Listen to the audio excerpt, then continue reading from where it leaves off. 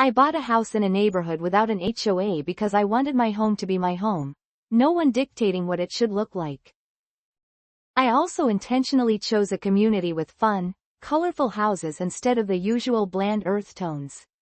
After finally saving up enough, I repainted my house in a soft peachy color with sage, blue, and soft and dark pink accents. Bright, cheerful, but not outrageous.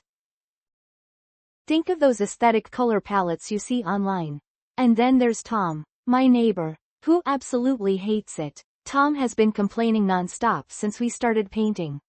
He's also made it clear that he hates our front yard, wildflowers, sunflowers, colorful garden flags, a little free library, the whole thing.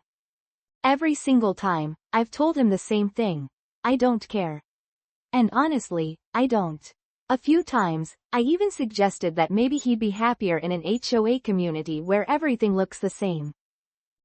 That set him off. He got all defensive, saying he's lived here for 15 years and he shouldn't have to move.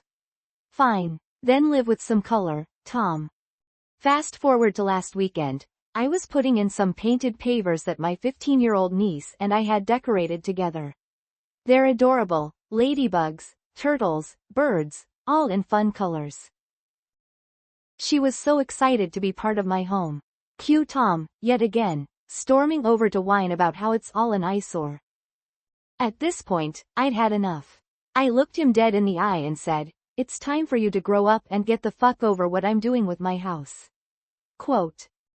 He lost it, went off about how I had no right to talk to him like that, do I even know who I'm talking to, etc. I just told him to go away and get a fucking life. If he has this much time to complain about a colorful house, he clearly needs a hobby. He stormed off, calling me a nasty piece of work. Meanwhile, my niece? Dying laughing. For context, no one in my family is uptight about language. I know some people clutch their pearls over cursing around kids, but she's 15. I'm sure she says worse. Now, another neighbor came over to tell me that Tom has been running his mouth, complaining about how disrespectful I was. She told me that while she knows he's annoying, he's been in the neighborhood forever and it's worth being nice to him. Honestly, I don't think I was out of line. Is telling someone to get a life really that big of a deal?